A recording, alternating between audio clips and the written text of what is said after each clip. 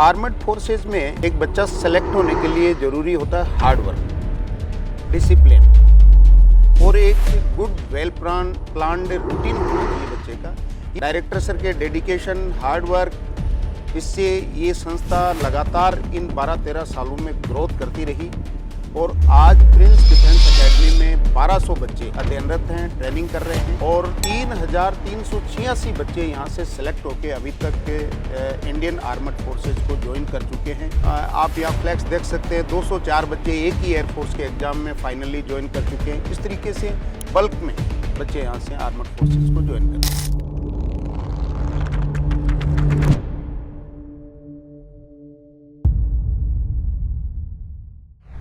हाय नमस्कार, this is me RJ Gracie और आज हम आ चुके हैं प्रिंस डिफेंस एकेडमी। जी हाँ बिल्कुल, एक ऐसी एकेडमी जहाँ पर देश की रक्षा को या यूँ कहूँ कि देश की सुरक्षा को लेकर जो कदम उठाए जाते हैं उन्हें मंजिल तक पहुँचाने का काम जो है वो प्रिंस डिफेंस एकेडमी करती है। और आज हमारे साथ इसकी नींव है। मैं कहना चाहूँगी कि हमारे साथ है कैप्टन रामकरण सर। सबसे पहले तो sir welcome to our show. साथ ही हमारे साथ एकेडमिक हेड है प्रदीप सर। सर नमस्कार। नमस्ते ma'am, welcome to Prince Defence academy.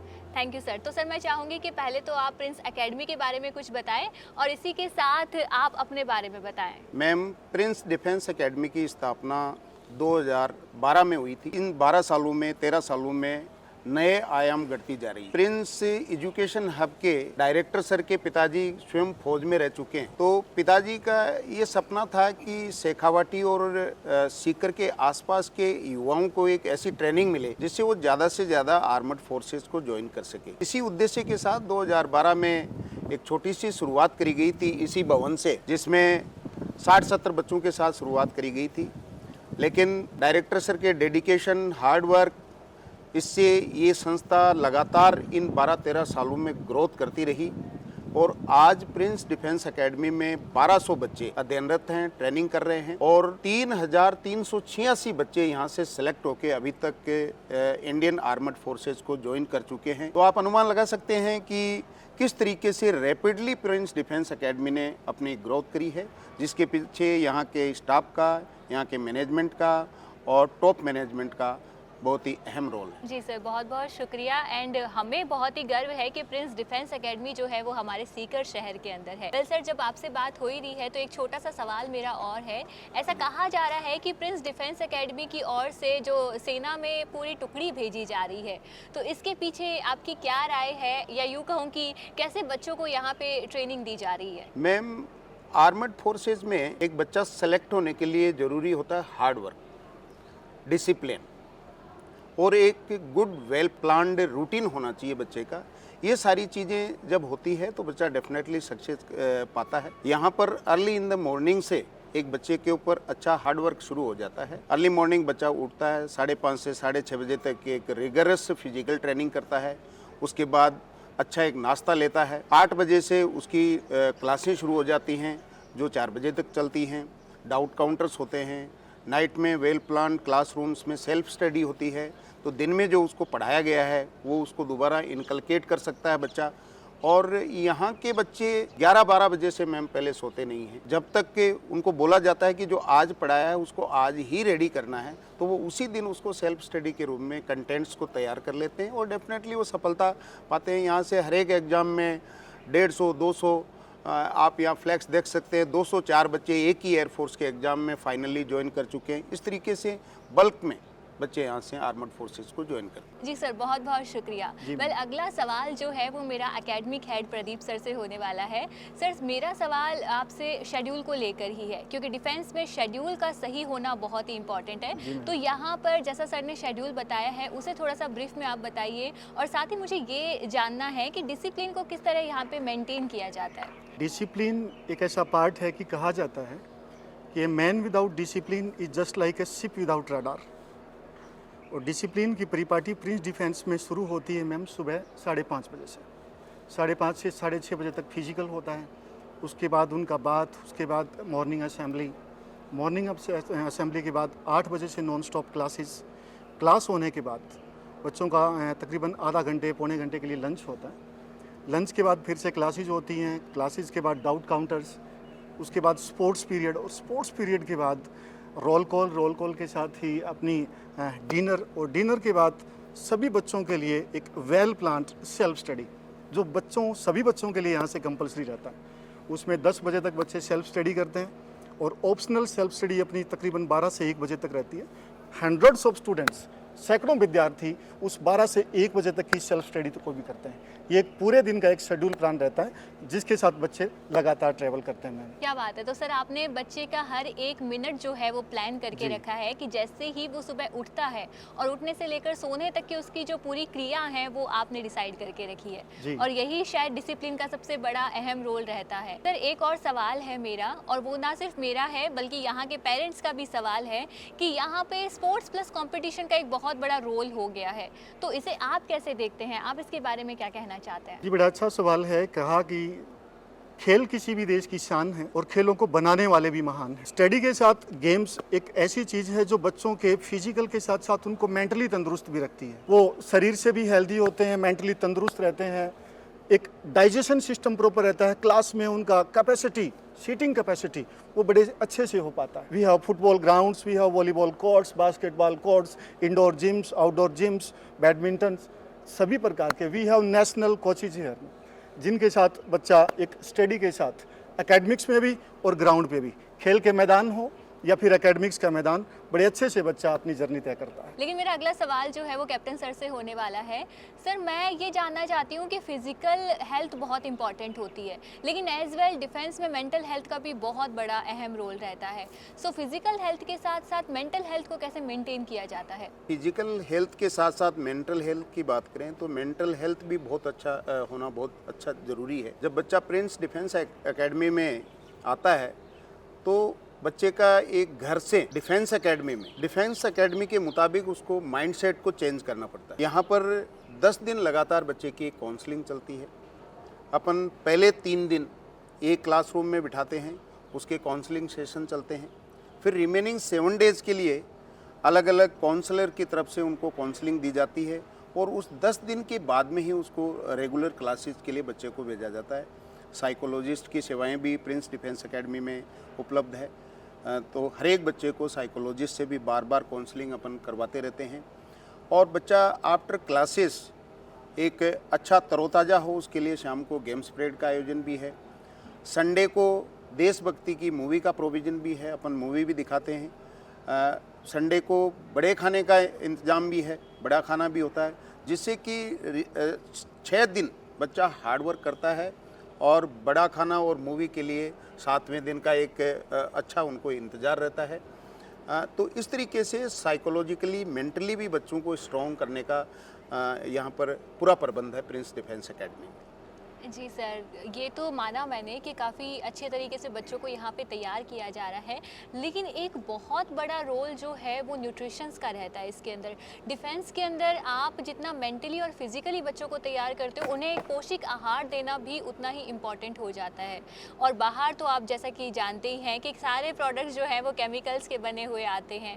तो प्रिंस डिफेंस एकेडमी जो है वो कैसे मेक श्योर करती है कि जो बच्चों को खाना जा रहा है वो पौष्टिक है, या यूँ कहूँगी वो पूर्णतया न्यूट्रिशन से भरा हुआ है? हाँ, डेफिनेटली मैम, न्यूट्रिशियस खाने का बहुत ही अच्छा रोल है। सुबह से ही जो ही बच्चा फिजिकल करके आता है, अपन भिगोए हुए चने रखते हैं, तो एक एनर्जी बूस्टअप देने के लिए वो फिजिकल के बाद में चने बच्चों को दिए जाते हैं। उसके बाद बच्चे तैयार होते हैं, और होने के बाद में गरम गरम नाश्ता बच्चों का इंतज़ार कर रहा होता है। नाश्ता भी अपन बदल बदल के देते हैं, ऐसे नहीं कि भाई एक ही नाश्ता पूरे हफ्ता चल रहा है, नहीं, कभी सब्जी पूरी है, पोहा है, चटनी, पकोड़े हैं, इस तरीके से बदल बदल के इंश्योर करते हैं कि बदल के दिया जाए। सबसे इम्पोर्टेंट चीज़ प्रिंस एजुकेशन हब में ये है कि प्रिंस एजुकेशन हब में जो मसाले हैं वो इन हाउस तैयार किए जाते हैं। आजकल बाज़ार के अंदर में मसालों में मिलावट की सूचनाएं, खबरें आती रहती हैं, तो प्रिंस एजुकेशन हब की खुद की फैक्ट्री है मसाला प्रिपेयर करने की, और वहीं से मसाले सप्लाई करे जाते हैं। क्या बात है sir. Prince Defence academy Prince education hub की एकमात्र संस्था है जिसके अंदर खाना लकड़ी के ऊपर तैयार किया जाता है। रोटी को छोड़ के, रोटी मशीन पे तैयार होती है, उसके बाद दाल हो, सब्जी हो, दूध गर्म करना हो, और भी खाने पीने की जो सारी चीज़ें हैं लकड़ियों के ऊपर तैयार होती है, और लकड़ी का बनाया हुआ खाना अपन कंपेयर कर सकते हैं कि गैस की बनाए हुए खाने में और लकड़ी पर बनाए हुए खाने में स्वाद का आकाश पाताल का फ़र्क रहता है। तो इस तरीके से हम इंश्योर करते हैं। दूसरी बात मैं और ऐड करना चाहूँगा कि दूध के ऊपर, क्योंकि दूध यहाँ से लोकली सप्लाई होता है, बिल्कुल ताज़ा आता है और उसके ऊपर अच्छी मलाई आती है। उस मलाई को भी अपन दही में मिक्सअप करके, क्योंकि डिफेंस के बच्चे अच्छा फिजिकल वर्कआउट करते हैं, तो वो जो चिकनाई है मलाई की उसको भी अच्छे से डाइजेस्ट करते हैं, तो अपन पूरी मलाई दही में मिक्स करके बच्चों को देते हैं। देसी घी की चुपड़ी हुई रोटियां प्रिंस डिफेंस एकेडमी में दी जाती है।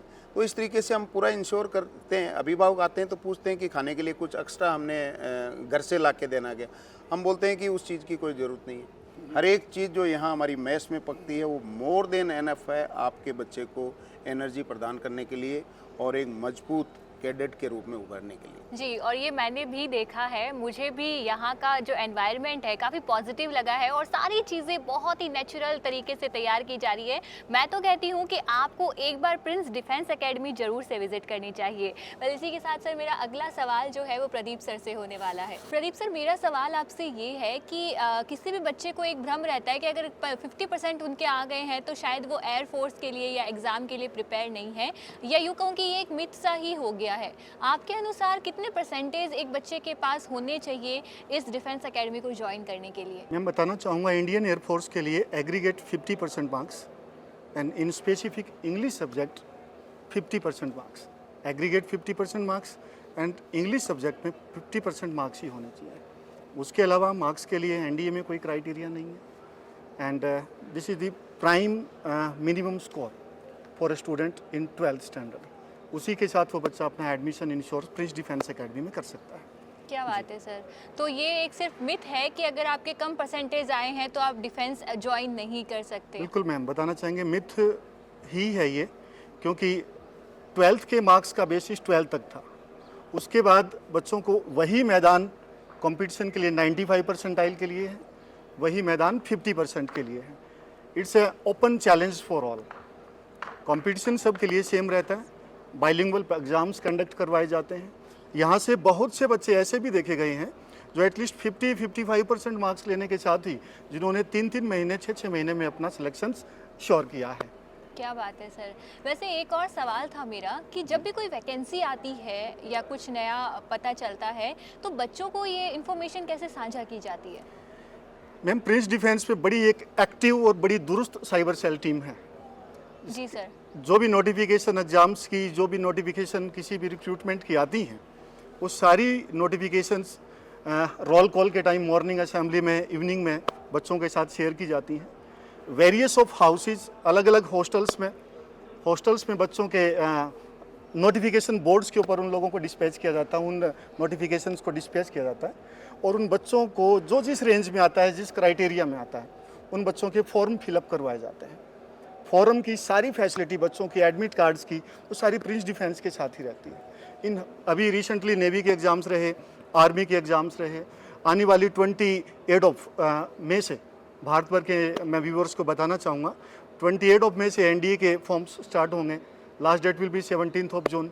वो सारी नोटिफिकेशंस बच्चों को समय रहते यहाँ से बताई जाती है और बच्चे अपना डॉक्यूमेंटल प्रोसेस रेडी करके उन फॉर्म्स को भरवाते हैं। जी सर, तो आपके सवालों के साथ एक और सवाल मेरा निकल कर आया है और वो ये कि आर्मी ज्वाइन करने के अलावा भी क्या और फैसिलिटीज़ बच्चों को मिल सकती है डिफेंस ज्वाइन करने के बाद? मैम, प्रिंस डिफेंस एकेडमी में टारगेट बैचेज के लिए एनडीए हिंदी मीडियम, उसके साथ हमारी मुहिम है 9वीं से नौकरी तक। क्या बात है सर। 9वीं से नौकरी तक यहाँ बच्चा 9th स्टैंडर्ड में एडमिशन लेता है, उसके साथ कंपटीशन एग्जाम्स प्लस स्कूलिंग की तैयारी करता है। वेल बैलेंस्ड उसकी फिजिकल एक्सरसाइज रहती है। SSB classes, mental ability classes, maths classes, सारी क्लासेस बच्चों को दी जाती हैं। आर्मी के अलावा उसके पास NDA, navy, air force, paramilitary, Delhi police, SSC, बहुत से ऑप्शंस उसके पास रहते हैं कंपटीशन एग्जाम्स में। उस बच्चे को साल भर में 2 से 3 बार वो सारा सिलेबस पैटर्न कवर अप करवाया जाता है, जो इंडिया के वेरियस ऑफ एग्जाम्स में बड़ा ही कंपल्सरी माना जाता है।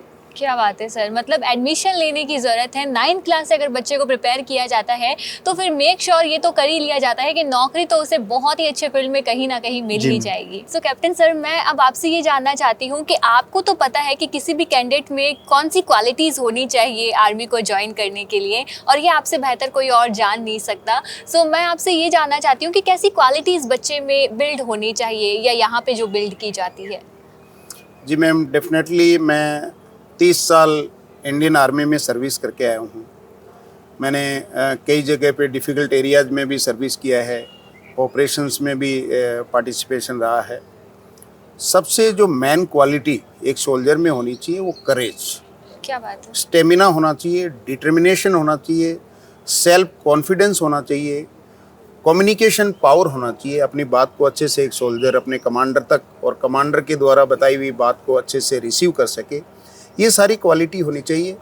तो अपन यहाँ पर प्रिंस डिफेंस एकेडमी में एडमिशन लेने के बाद करेज, स्टेमिना बच्चों में सुबह फिजिकल के दौरान ऐसी ट्रेनिंग, रिगोरस ट्रेनिंग इम्पार्ट करते हैं कि बच्चों में एक अच्छा करेज, ऐसे ऑब्स्टिकल्स अपन क्रॉस करवाते हैं जिससे कि बच्चे में कोई झिझक है तो वो भी निकले। स्टेमिना, रनिंग है, एक्सरसाइजेज है जिसके द्वारा स्टेमिना को डेवलप किया जाता है।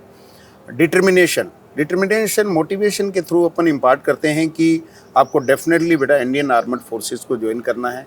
कम्युनिकेशन स्किल, ग्रुप डिस्कशन के थ्रू, लेक्चरेट के थ्रू, असेंबली में एक पार्टिसिपेशन प्रोवाइड करके, इस तरीके से सारी क्वालिटीज़ एक सोल्जर में, एक डिफेंस ऑफिसर में होनी चाहिए। वो यहाँ पर अपन बच्चे में इनकलकेट करने की पूरी कोशिश करते हैं और definitely at the fag end of the training बच्चे में खुद भी रियलाइज़ करता है, उसमें बहुत सारे चेंजेज आए हैं। और इवन अभिभावकों से भी ये सुनने को मिलता है कि अभी बच्चे को एडमिशन करवा के 2-3 महीने हुए हैं लेकिन बच्चा घर छुट्टी आया है तो इसमें बहुत परिवर्तन दिखाई दिया। क्योंकि बच्चा जब घर जाता है, छुट्टी जाता है, तो अपने पेरेंट्स के पैर छूता है, उनको ड्यू रेस्पेक्ट देता है, बड़े बुजुर्गों को रेस्पेक्ट देता है, घर में चीज़ें जो अस्त व्यस्त रखी होती है उनको व्यवस्थित करता है। सुबह अर्ली मॉर्निंग जो 8 बजे तक बच्चा सोता था वो बच्चा अर्ली मॉर्निंग उठने लग गया है। सुबह उसमें दौड़ की आदत है तो खेत में दौड़ने के लिए भी निकल जा रहा है।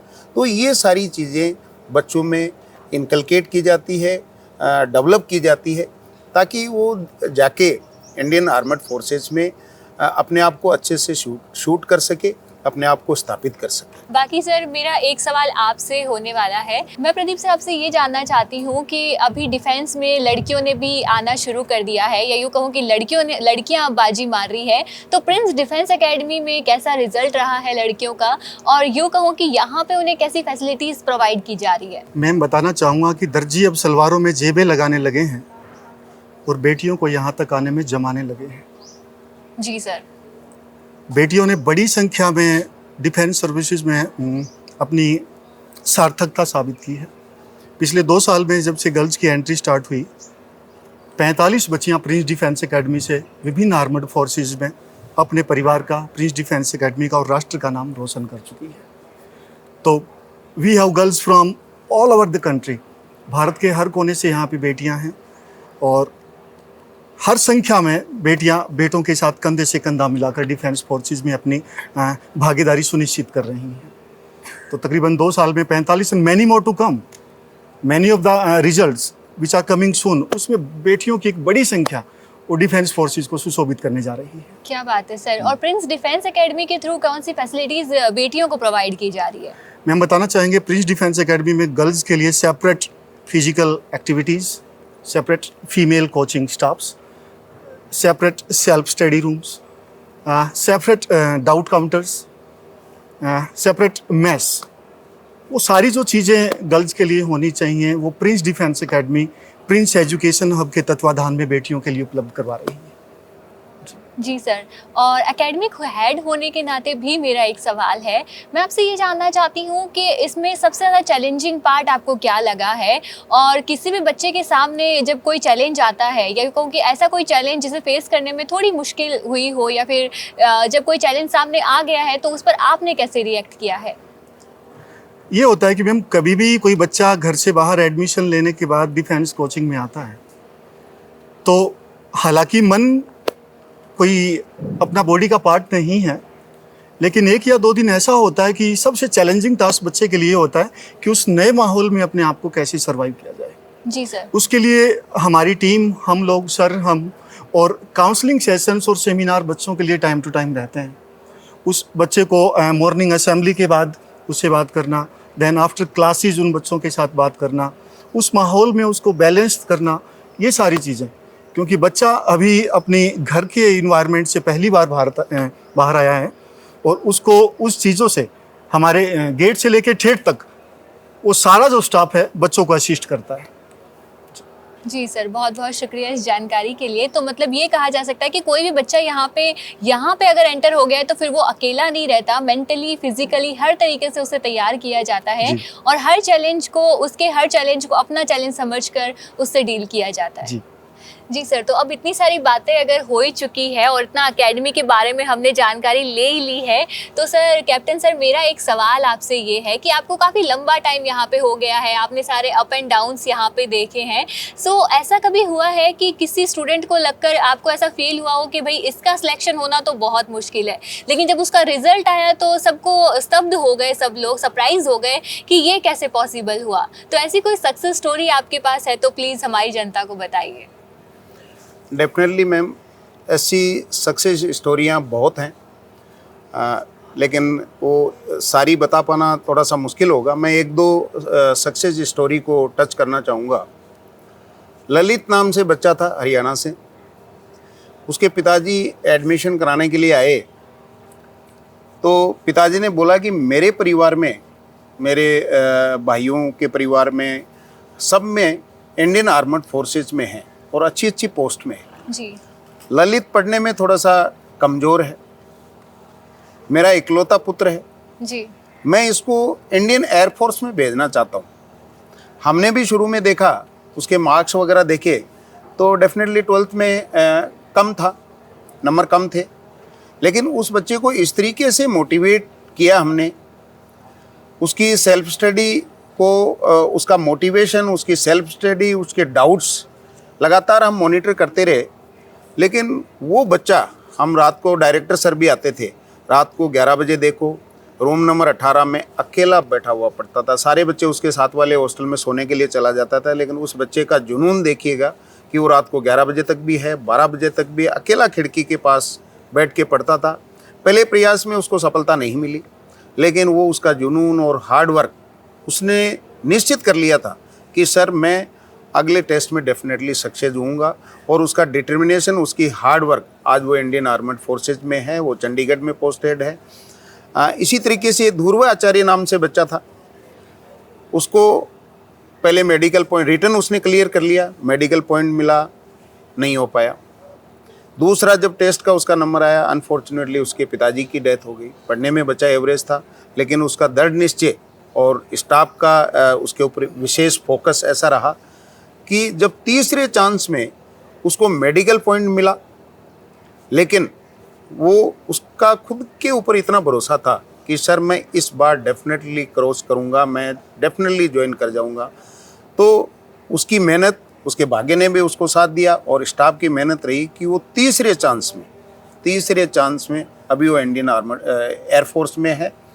पिताजी का साया यद्यपि उसके सिर से उठ गया, लेकिन इंडियन एयरफोर्स का साया उसके ऊपर है और वो आज वायुसेना में है। इसी सक्सेस स्टोरी के क्रम में मैं हमारे एक बच्चे का जिक्र करना चाहूँगा कि दिलकुश गुजर नाम से बच्चा था, क्लास में बहुत ही शांत, आराम से पढ़ने वाला, खुद के ऊपर कॉन्फिडेंस रखने वाला, अच्छी तैयारी कर रहा था।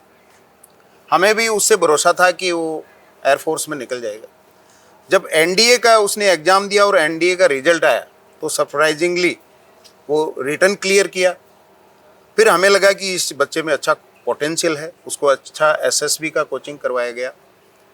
पहले ही प्रयास में एसएसबी उसने क्रैक किया।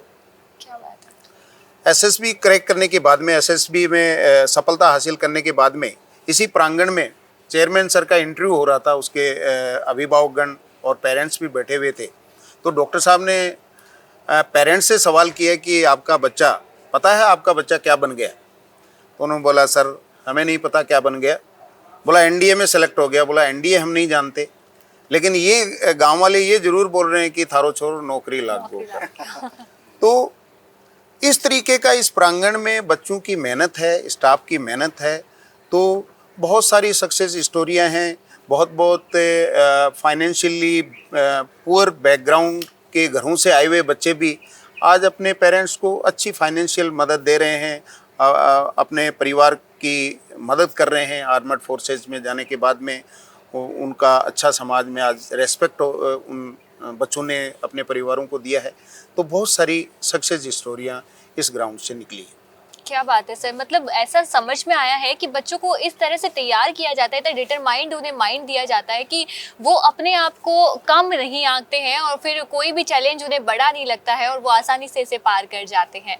वैसे सर अभी प्रिंस डिफेंस एकेडमी को 13 साल हो चुके हैं, तो इन 13 साल बेमिसाल के बारे में आप क्या कहना चाहेंगे? डेफिनेटली मैम, मैं इस एस्पेक्ट में 2-3 बिंदुओं को टच करूँगा।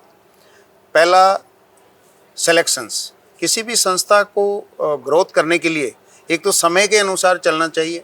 जो संस्था समय के अनुसार अपने आप को अपडेट करती है, डेफिनेटली वो अच्छे रिजल्ट भी देती है। शुरू में थोड़े से बच्चों से इसी भवन से की गई शुरुआत, आज यहाँ का इंफ्रास्ट्रक्चर और हॉस्टल्स, एकेडमिक ब्लॉक आप देख सकते हैं कि कितना शानदार ये कैंपस बन चुका है। आज स्टाफ की मेहनत, टॉप मैनेजमेंट के डायरेक्शन, उनकी गाइडेंस के अंदर में ये 1200 बच्चों को रेजिडेंशियल अकोमोडेशन प्रोवाइड करता है और 3386 बच्चे अभी तक यहाँ से सेलेक्ट होकर इंडियन आर्मड फोर्सेज में चले गए हैं, जो कम से कम 5-6 बटालियन के बराबर होते हैं, 2 ब्रिगेड के बराबर होती है। किसी भी इंडियन नेवी के बेस में चले जाइएगा, किसी कोर डिवीज़न में चले जाइएगा, यूनिटों में चले जाइएगा, एयरफोर्स की विंग्स में जाते हैं, प्रिंस डिफेंस एकेडमी के 3, 4, 5, 10 बच्चे वहाँ पर डेफिनेटली मिल जाएंगे। अभी एयरफोर्स ट्रेनिंग सेंटर बेलागावी से बच्चे आए थे पिछले सेशन में यहाँ एकेडमी में मिलने के लिए। तो वो बता रहे थे कि प्रिंस डिफेंस एकेडमी के बच्चों को इतने यहाँ से सेलेक्ट होके गए थे कि अलग से ही बैरक दे दिया गया था कि आप प्रिंस वाले हो, ठीक है, आपके लिए ये बैरक लो। तो आप अनुमान लगा सकते हैं कि इतने सारे बच्चे एक ट्रेनिंग सेंटर में यहाँ से हैं। तो इस जगह में, इस मिट्टी में एक मेहनत की खुशबू आती है और यहाँ पर दबा के अच्छे से मेहनत होती है। बच्चे पसीना बहाते हैं, स्टाफ भी उनके साथ पसीना बहाता है। स्टाफ पे फिजिकल ट्रेनर्स हो अर्ली मॉर्निंग बच्चों के साथ हो जाते हैं। टीचर्स हैं सुबह 8 बजे से लेकर 4 बजे तक कलम उठा के, चौक उठा के उनके साथ हार्ड वर्क करते हैं और उसी का नतीजा है कि इन 12-13 सालों में प्रिंस डिफेंस एकेडमी ने बीच में कोरोना आने के बावजूद भी अपने आप को एज इट इज़ रखा, स्थापित रखा और बिल्कुल भी अपने टारगेट से डगमगाए नहीं। और उसी का नतीजा है कि हम निरंतर मेन स्ट्रीम में बने हुए हैं। जी सर, बहुत बहुत शुक्रिया। आपसे बात करके बहुत ही अच्छा लगा हमें और काफ़ी जानकारी जो है वो हमें प्रिंस एकेडमी के बारे में मिली है और आशा करते हैं कि आगे भी ये सब जारी रहे। तो सर अगला सवाल मेरा प्रदीप सर आपसे होने वाला है और वो सवाल थोड़ा स्तब्ध कर देने वाला है। कश्मीर में हाल ही में जो हुआ था उसके बाद तो ये कह सकते हैं कि ये हम पूरे देश के लिए ये बहुत ही दुख की घड़ी है कि हमारे टूरिस्ट को मार दिया गया और ये हम सब के लिए एक शॉकिंग न्यूज़ थी। तो इस पर आपकी क्या राय है? मैम, हम कहना चाहेंगे कि गद्दारों के मिलके हमको ताबूत उठाने होंगे, गद्दारों के मिलके हमको ताबूत उठाने होंगे और चोरों और दलीलों के हमको सबूत मिटाने होंगे। देश का झंडा अगर दुनिया में लहराना है तो शासन और प्रशासन दोनों मजबूत बनाने होंगे। क्या बात है सर। और प्रिंस डिफेंस एकेडमी अपनी अश्रुपूरित श्रद्धांजलि उनके लिए यहाँ से अर्पित करती है कि पहलगांव में जितने भी तकरीबन 27 से 28 लोगों की जो शहादत हुई है, तो प्रिंस डिफेंस एकेडमी उनको एक अश्रुपूरित श्रद्धांजलि यहाँ से करती है। जी सर। वेल सर, यहाँ के रिजल्ट्स के बारे में या यहाँ के रिजल्ट्स पर एक बार हम प्रकाश डालें तो इन रिजल्ट्स के बारे में आपकी क्या राय है और कितने ऑफिसर्स या जैसा कि सर ने बताया कि बटालियन यहाँ से भेजी जा रही है, तो इस पर आप क्या कहना चाहेंगे? Ma'am, having goals are not enough. Having goals are not enough, you have to visit them regularly. Target सबके होते हैं लेकिन आपको उनको रेगुलरली विजिट करना होता है। पिछले तकरीबन 2 से 3 साल की मैं बात करूं, 1595 1595 कैडेट्स यहाँ से सेलेक्ट हो चुके हैं। एयरफोर्स नवंबर इनटेक की बात करें 229, उसके बाद मार्च 2024 106, नेवी की बात करें 60 स्टूडेंट्स। आर्मी का रिसेंटली रिजल्ट आया 2024 से 53 गर्ल्स, मैंने आपको बताया तकरीबन 45 गर्ल्स।